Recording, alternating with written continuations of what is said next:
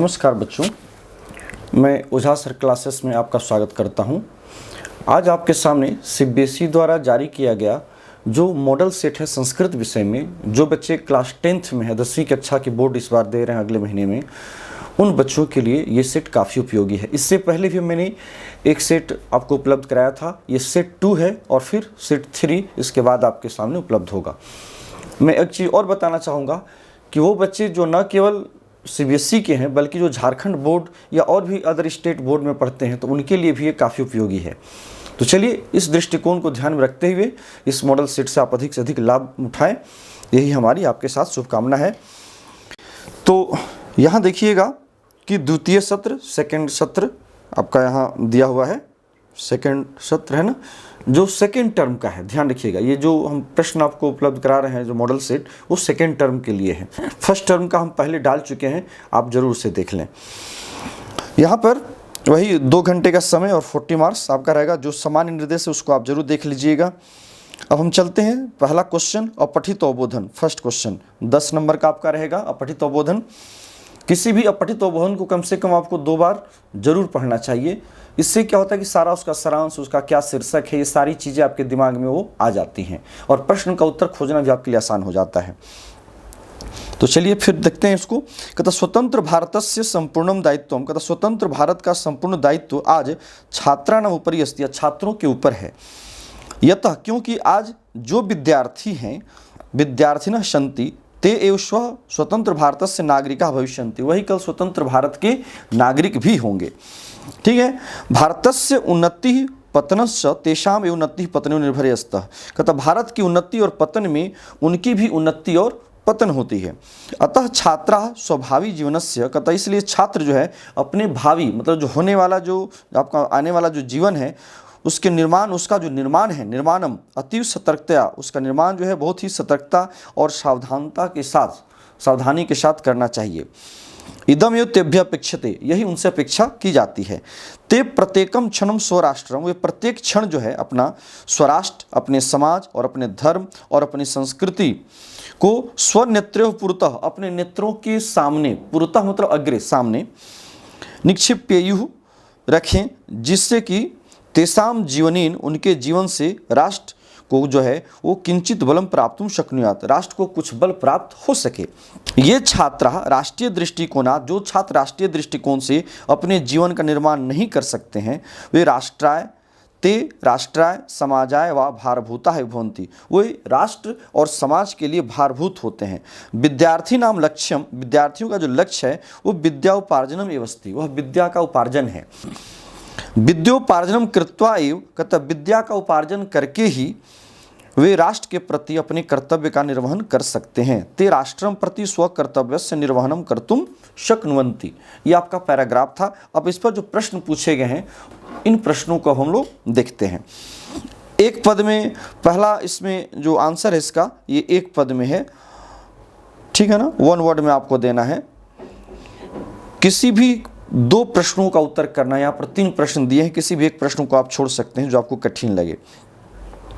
छात्रानुपरि कस्य दायित्वम अस्ति, छात्रों के ऊपर किसका दायित्व है? तो स्वतंत्र भारतस्य, अभी हमने पढ़ा है पैराग्राफ में, सारे प्रश्न का उत्तर पैराग्राफ से ही है। तो स्वतंत्र भारतस्य, ठीक है। इसके बाद है विद्यार्थी नाम लक्ष्यम किम, विद्यार्थी का लक्ष्य क्या है? तो विद्या उपार्जनम। तीसरा है के स्वतंत्र भारतस्य नागरिकाः भविष्यन्ति, तो विद्यार्थिनः, विद्यार्थी ही कल के नागरिक होंगे भारत के। दूसरा पूर्ण वाक्य में आंसर करना है आपको, इसमें भी केवल 2 ही प्रश्नों के उत्तर आपको देने हैं, ठीक है। पहला छात्रेभ्यः किम अपेक्षते, छात्रों से क्या अपेक्षा की जाती है? तो छात्रः, यहाँ पर मैंने पूरा नहीं लिखा है चूँकि बड़ा बड़ा वाक्य है। तो छात्रः स्वभावी जीवनस्य, यहाँ पर देखिएगा, छात्रः स्वभावी जीवनस्य निर्माणम अतीव सतर्कतया सावधानतया च कुर्युः इदम एव तेभ्यः अपेक्षते, यही उनसे अपेक्षा की जाती है। इसी चीज़ को मैंने यहाँ लिखा है, ऊपर जो मैंने अंडरलाइन किया इसको देखिए। फिर दूसरा है कीदृशा छात्रः राष्ट्राय समाजाय व भारभूताः भवन्ति। कैसे छात्र राष्ट्र और समाज के लिए भारभूत होते हैं? तो ये छात्र, जो छात्र राष्ट्रीय दृष्टिकोणात्, राष्ट्रीय दृष्टिकोण से, देखिए यहाँ पर है, ये छात्र राष्ट्रीय दृष्टिकोणात् स्वजीवनस्य निर्माणं न कुर्वन्ति ते राष्ट्राय समाजाय भारभूताः भवन्ति। ये आपको ये दूसरा हो गया, जो कि पूर्ण वाक्य में कंप्लीट सेंटेंस में आंसर करना है। तीसरा है भारतस्य उन्नति पतनं च, कहता है भारत की उन्नति और पतन किसकी उन्नति और पतन पर निर्भर करता है? तो छात्राणाम, मेन इसका आंसर हो जाएगा छात्राणाम। नेक्स्ट क्वेश्चन है, इसके लिए, इस अनुच्छेद के लिए उचित शीर्षक आपको लिखना है, ठीक है। तो छात्राणाम कर्तव्य, छात्रों का क्या कर्तव्य है, ये इसका सही शीर्षक होगा। ये आपको यहाँ लिखना चाहिए, ये मेरे ख्याल से। और इससे संबंधित और भी दूसरे आप शीर्षक को दे सकते हैं, बना सकते हैं, इसमें कहीं कोई दिक्कत नहीं है। आपको जो उचित लगता है आप दे सकते हैं। 1 नंबर का ये रहेगा। अब चलिए क्वेश्चन नंबर 4 इसी से पैराग्राफ से रिलेटेड है।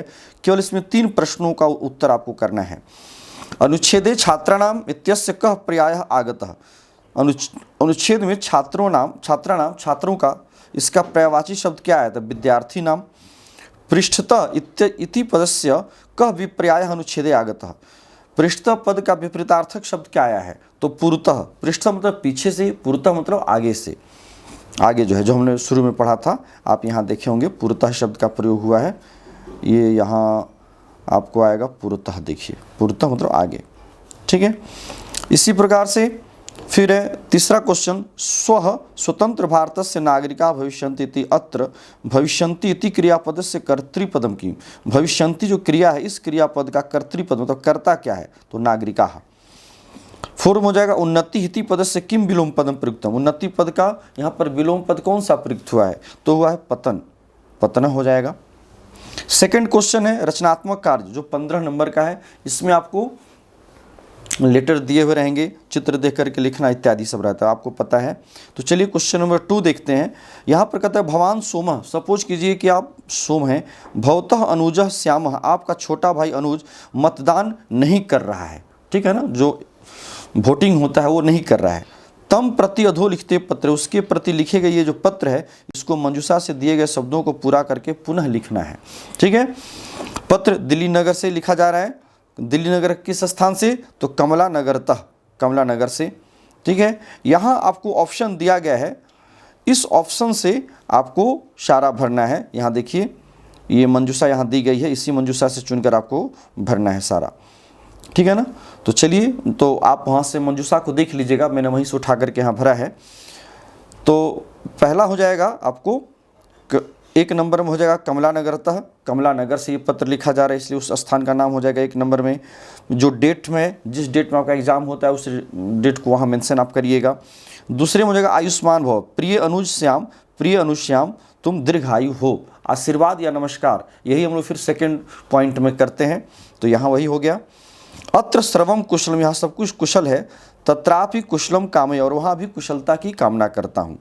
अनुज 3 में हो जाएगा त्वम, 3 में हो जाएगा त्वम, तुम जानते हो कि यत अस्माकम देशे, हमारे देश में लोकतंत्रात्मकम शासनम विद्यते, लोकतंत्रात्मक शासन है, ये हो जाएगा 4 में लोकतंत्रात्मक, ठीक है। तदनुसारम, उसके अनुसार, अस्माकम एकम महत्वपूर्णम, उसके अनुसार हमारा एक महत्वपूर्ण दायित्व है, दायित्वम 5 में भरा जाएगा दायित्वम।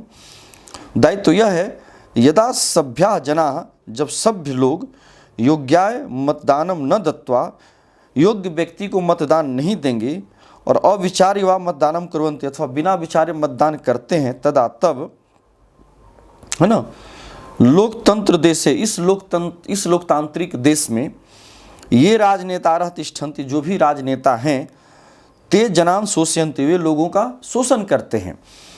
स्व लाभार्थम, वो अपने लाभार्थ के लिए, अपने लाभ के लिए, अपने फायदे के लिए, भ्रष्टाचार्य, भ्रष्टाचार में निमग्ना भवन्ति, 7 में हो जाएगा भ्रष्टाचार्य, भ्रष्टाचार में निमग्न हो जाते हैं। अतः अस्माकम, इसलिए हमारा, 8 में हो जाएगा अस्माकम, अपि दायित्वम अस्ति, हमारा भी दायित्व है, इति विचार्य, ऐसा विचार करके हमें मतदान अवश्यम करणीयम, अवश्यम हो जाएगा 9 में, अवश्य मतदान करना चाहिए। तो अग्रजः, तुम्हारा बड़ा भाई, सोमः, सोम, ठीक है। यहाँ मंजूषा दी गई है, यहीं से उठा करके सारे शब्दों को आपको भरना है। ये भी एक तरीका है कि जिन शब्दों को आप आसानी से नहीं भर पा रहे हैं उससे आप जो आसानी से भरा जाए उन शब्दों को पहले भर लीजिए और जो कठिन शब्द उसको बाद में आप भर सकते हैं। नेक्स्ट क्वेश्चन 3 में देखिए, चित्र देख करके 5 वाक्य का निर्माण करना है। चित्रम दृष्ट्वा पंचवाक्यानि संस्कृतेन लिखत, 5 नंबर का है। आपको इस चित्र को देखने से क्या क्या पता चल रहा है, यहाँ नीचे मंजूषा दी गई है, इससे भी आपको बहुत सारी चीज़ों का अनुमान लग जाएगा। ठीक है, तो चलिए पहले देखते हैं। इदम चित्रम वातावरणस्य अस्ति, यह चित्र किस चीज़ का है? वातावरण का है। ठीक है, और वातावरण है तो कैसा वातावरण है? चित्रे दूषित वातावरणम अस्ति, चित्र में दूषित वातावरण है। मैंने प्रयास किया है कि छोटे से छोटे वाक्यों का हम निर्माण करें और यही आपको भी करना है।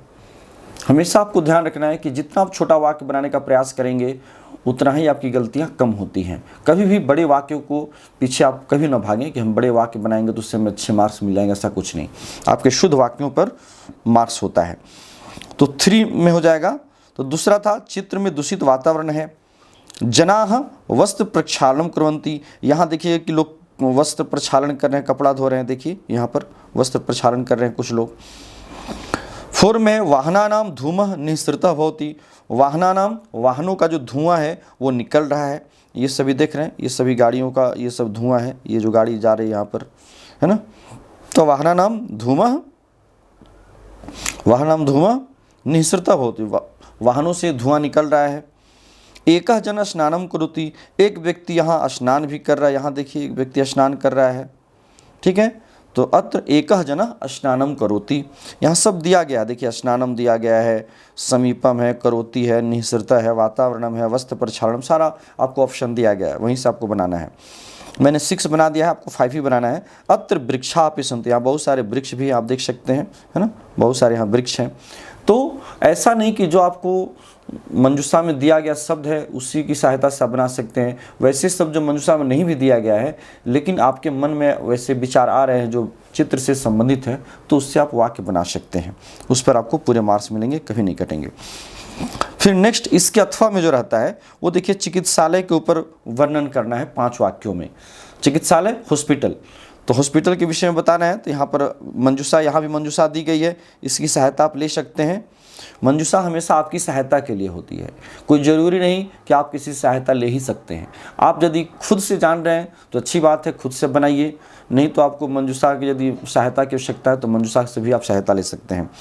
तो इसमें जो मैंने बनाया है, चिकित्सालय चिकित्सकाः भवन्ति, चिकित्सालय में अर्थात हॉस्पिटल में डॉक्टर होते हैं, चिकित्सक कहते हैं डॉक्टर को, चिकित्सकाः भवन्ति। यही ध्यान रखना है कि जब कर्ता बहुवचन रहे तो क्रिया को भी बहुवचन में रखना है।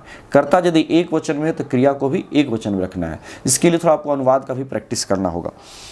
तो चिकित्सालय में चिकित्सक होते हैं। अत्र रुग्णानां स्वास्थ्य लाभ भवति, यहाँ रोगियों का स्वास्थ्य लाभ होता है। ठीक है, अत्र औषधालय भवति, यहाँ औषधालय भी होता है। आप देखें हॉस्पिटल में मेडिसिन का दुकान वहाँ रहता है, औषधालय। चिकित्सका अहर्निशम सेवन्ते, जो चिकित्सक होते हैं, जो डॉक्टर होते हैं, वो रात दिन सेवा में लगे हुए रहते हैं। अतएव, इसलिए प्रातः काल भ्रमणम हितकरम भवति, इसलिए प्रातः काल भ्रमण जो है करना हितकारी होता है। ये सभी के सभी शब्द यहाँ आपको दिए गए मंजूषा से है। यहाँ देखिए औषधालय है, स्वास्थ्य लाभ है, प्रतिदिन अहर्निशम है ना, ये सारी चीज़ें से आप ले करके आप बना सकते हैं। बहुत सारे वाक्य बन सकते हैं। मैंने 5 यहाँ बनाए क्योंकि 5 ही आपको कहा गया है बनाने के लिए। नेक्स्ट 4 में देखिए, आपको संस्कृत में अनुवाद करना है, केवल 5 ही करना है, यहाँ पर 7 दिए गए हैं। ठीक है, तो चलिए संस्कृत भाषा अनुवाद करना है। मैं घर को जाना चाहता हूँ, तो अहम गृहम गंतुम इच्छामि, पहला का हो जाएगा। यहाँ पर देखिएगा इच्छामि इसलिए हो गया कि कर्ता क्या है, अहम है। उत्तम पुरुष एक वचन का कर्ता है, इसलिए क्रिया भी उत्तम पुरुष एक वचन में आपको लेके जाना होगा, आमी वाला रूप में। तो अहम गृहम गंतुम, यहाँ पर जाना चाहता हूँ तो जाने के लिए चाहता हूँ, तो के लिए के अर्थ में तुन प्रत्यय हम लोग लगाते हैं किसी भी धातु से, तो यहाँ गम धातु से तुन प्रत्यय लग करके गंतुम बन गया, जाने के लिए चाहता हूँ। दूसरा है जाते हुए मैंने सर्प को देखा, कैसे सर्प को, जाते हुए, गम धातु से सत्री प्रत्यय लगा करके आपको बनाना होगा, क्योंकि हुए के अर्थ में क्षत्रि प्रत्यय होता है। तो गच्छन्तम सर्पम अहम अपश्यम, जाते हुए गच्छन्तम सर्पम, जाते हुए सर्प को मैं देखा। ठीक है, तीसरा है वृक्ष पर बंदर चढ़ता है, तो वृक्ष पर, तो वानराह वृक्षम आरोहंती, वानराह बंदर जो है वृक्षम आरोहंती, आरोहंती चढ़ता है। अब यहाँ पर ध्यान देने की बात है, यहाँ पर दिया गया वृक्ष पर, लेकिन यहाँ पर आरोहंती है। आप प्लस रूह धातु के युग में द्वितीय विभक्ति होती है, इसलिए यहाँ पर वृक्षे नहीं होकर के वृक्षम हो गया है। इस बात को मैं आपको क्लियर करना चाहता हूँ। यहाँ देखिए वृक्षम है ना, वृक्षे नहीं हुआ है, वृक्षम, चूंकि आरूह के कारण, आरोहती जो शब्द है, तो वानराह बहुवचन में इसलिए आरोहंती हो गया। नेक्स्ट 4, विद्या खर्च करने पर बढ़ती है, मतलब विद्या व्यय करने से बढ़ती है, तो विद्या व्ययतः वर्धते। 5वां है गंगा को भागीरथी भी कहा जाता है, मतलब गंगा भागीरथी भी कही जाती है। भागीरथी जो है वो गंगा का विशेषण है, तो गंगा भागीरथी अपि कथ्यते। ठीक है, उसका नाम ऋषि कुमार है, तो उसका मतलब तस्य, उसका नाम, तस्य नाम ऋषि कुमार अस्ति। बहुत सिंपल सेंटेंस है। फिर 7वां है पेड़ से फल गिरते हैं, तो पेड़ से अलगाव का अर्थ है, तो पंचमी विभक्ति लगाएंगे, तो वृक्षात फलानी पतंती। और चूंकि फलानी बहुवचन में है इसलिए क्रिया यहाँ पर बहुवचन की पतंती हो गई। ठीक है, अब चलिए पठित अवबोधन, जो 15 नंबर का क्वेश्चन है आपके टेक्स्ट बुक सेमुसी भाग 2 से। यहाँ पर पढ़ते हैं गद्यांश को, फिर उसके प्रश्नों के उत्तर को भी पढ़ेंगे। आदेशम प्राप्त उभौ प्राचलताम तत्रुपेत्य, कत आदेश को प्राप्त करके वे दोनों चल पड़े। तत्रुपेत्य, वहाँ पहुँचकर काष्ठ पटले निहितम, काठ के पटल पर रखे गए कपड़े से आच्छादित देह को स्कंधेन, कंधे पर ढोते हुए न्यायाधिकरण के प्रति, जो न्यायालय है उसके प्रति ये चल पड़े, प्रस्थान कर गए। आरक्षी सुपुष्ट देह, आरक्षी जो था वो सुपुष्ट देह वाला, काफ़ी मजबूत मोटा तगड़ा था। अभियुक्त अतीव कृशकाय, और जो अभियुक्त था, जो आरोपी था, वो बड़ा ही कृशकाय दुबला पतला था। भार के कारण, भारवतः शवस्य स्कंधेन वाहनम, भार के कारण शव को कंधे पर ढोना उसके लिए बड़ा ही कठिन कार्य था आरोपी के लिए, चूंकि दुबला पतला था। सभार वेदना क्रंदती, भार की वेदना से पूरा कराह रहा था, रो रहा था। तस्य क्रंदनम निशम, में उसके क्रंदन को सुन करके मुदित आरक्षित तम वाच, प्रसन्न, मुदित मतलब प्रसन्न हुआ जो आरक्षी था, वो जो गार्ड था उसका, उसने कहा रे दुष्ट, तस्मिन दिने त्वया अहम चोरिता, उस दिन तुम्हारे द्वारा मैंने जो बक्से को चुराया था, उस बक्से को तुमने क्या किया था, मुझे घर से बाहर ले जाने के लिए तुमने रोका था, है ना। गृहणात वारितः, इदानीम, इस समय, निज कृत्यस्य फलम, इस समय तुम अपने किए हुए कर्म का फल तुम भुंक्ष्व, भोगो। अस्मिन चौर्याभियोगे, इस चोरी के अभियोग में, आरोप में तुम 3 वर्ष का कारा का सजा तुम प्राप्त करोगे, पाओगे।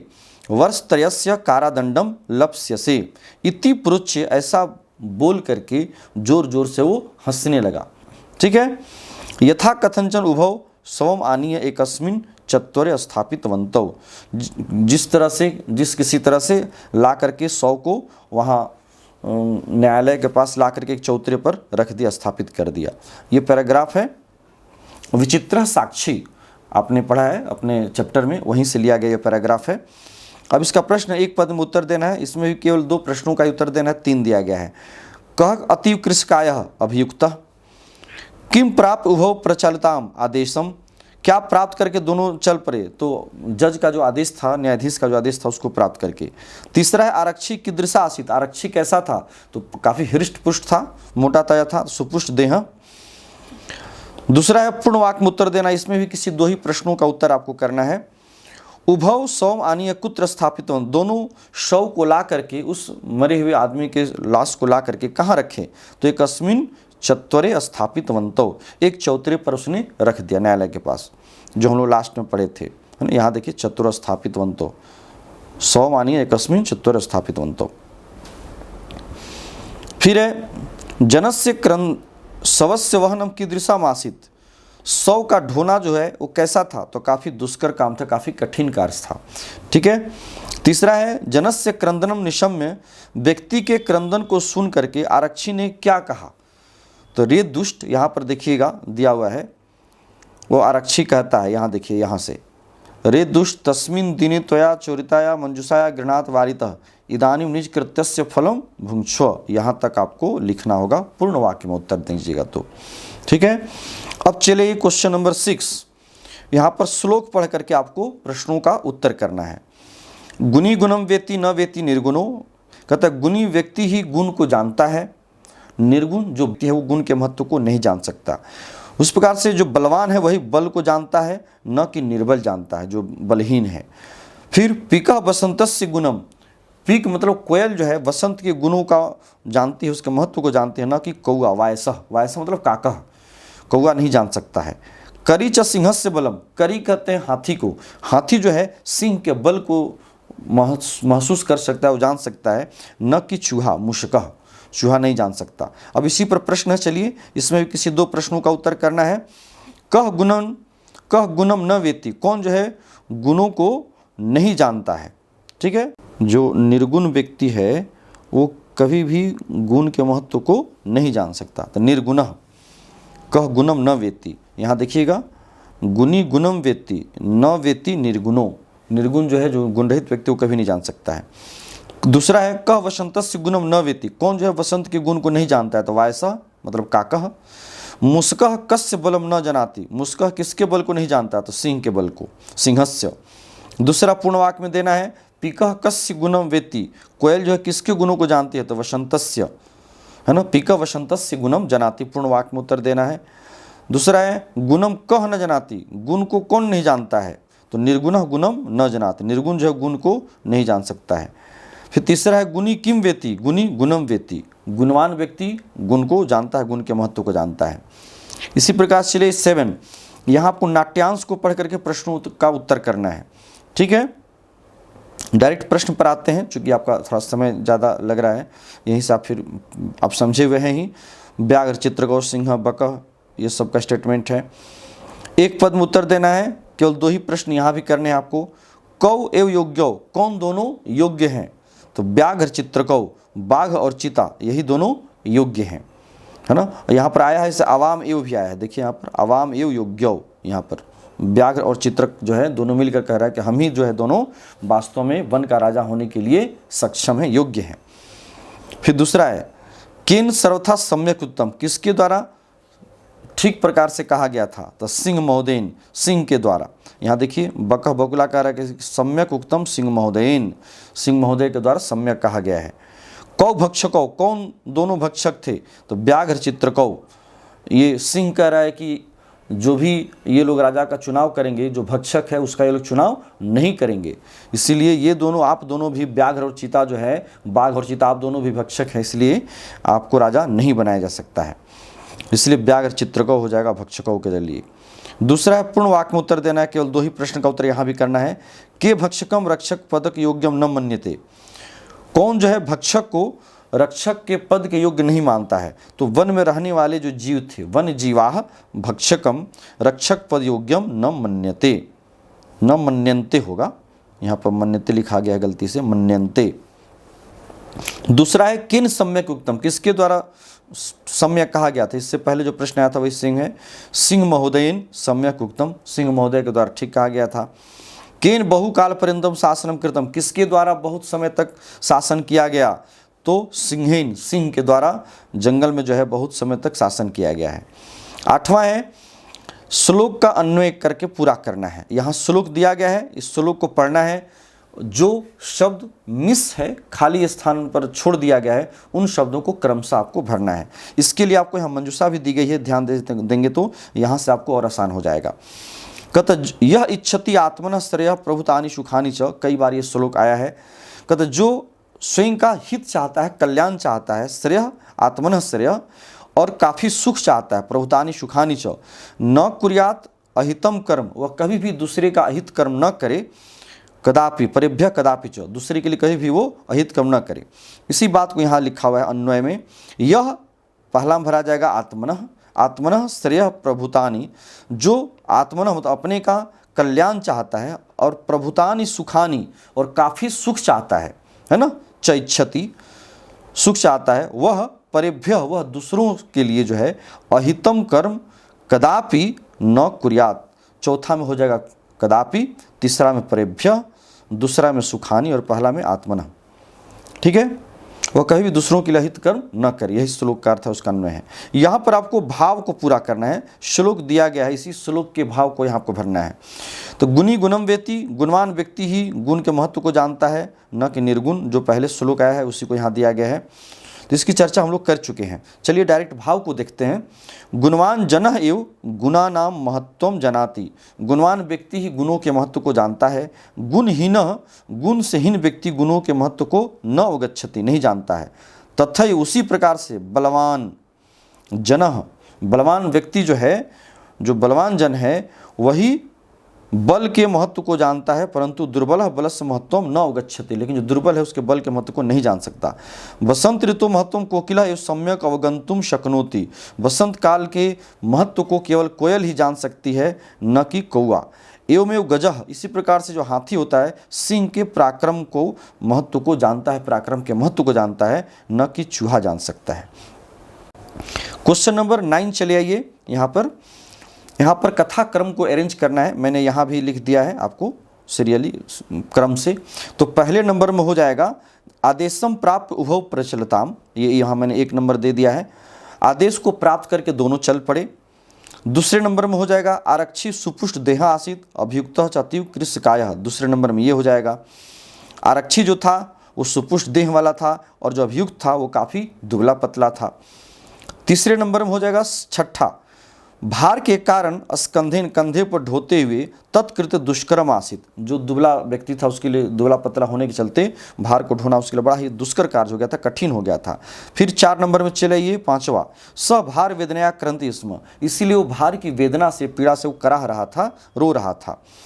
चौथा के बाद फिर चलिए 5वें नंबर में हो जाएगा पहला, अस्मिन चौर्याभियोगे, इस चोरी के अभियोग में तुम 3 वर्ष का कारा का दंड प्राप्त करोगे, जेल की सजा भुगतोगे।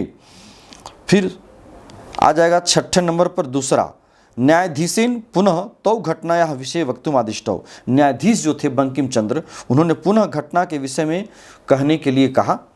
ठीक है। फिर 7 में हो जाएगा 7, आरक्षिणी निज पक्षम, आरक्षी जो था अपने पक्ष को प्रस्तुत करते हुए जैसे उसने शुरू किया, उसी समय बड़ा ही आश्चर्यजनक घटना घटी। वहाँ जो रखा गया जो शव था, सस्व प्रवारकम अपसार्य, कपड़े को हटा करके न्यायाधीशम अभिवाद्य, न्यायाधीश को अभिवादन करके निवेदन किया, कहना शुरू किया। इसके बाद 8वें नंबर में 8वां हो जाएगा, मान्यवर एतेन आरक्षिणा, हे मान्यवर इस आरक्षी के द्वारा अध्वनि मतलब मार्ग में जो कुछ कहा गया उसका मैं वर्णन करता हूँ। त्वया अहम चोरिताया मंजूषा, वो सारी बातें बता दिया जो उसने रास्ते में कहा था। तुम्हारे द्वारा चोरी के बक्से को घर से बाहर ले जाने के समय तुमने रोका था, इसलिए अपने कर्म का फल तुम भुंक्ष्व भोगो। तो ये सारी बातें जो है वो जो कर्मचारी था जिसको कि जज के द्वारा नियुक्त किया गया था इन दोनों के सच्चाई को जानने के लिए, वो बताता है। तो इस प्रकार से इस कथा का सही क्रम ये होगा। तो इस प्रकार से आप क्या करेंगे कि हर एक स्टोरी को आप अच्छी तरह से समझ लें और उस घटना को सही क्रम में आपको अरेंज करना है। इस पर 4 नंबर आपको मिलते हैं। तो चलिए, ये मुझे उम्मीद है कि वीडियो आपको अच्छा लगा होगा। इसमें यदि कोई संशय हो तो आप फिर हमारे कमेंट माध्यम के द्वारा कमेंट के माध्यम से आप हमसे सलाह ले सकते हैं। इसका मैंने PDF भी डाल दिया है, आप इसका PDF भी डाउनलोड कर सकते हैं यदि आपको इसको देखने में कहीं दिक्कत हो रही हो तो इसी के साथ इस क्लास को मैं यहीं विराम देता हूं। फिर नेक्स्ट क्लास में आपसे हमारी मुलाकात होगी। तब तक के लिए आप हमें आज्ञा दीजिए। बहुत बहुत धन्यवाद। Thank you.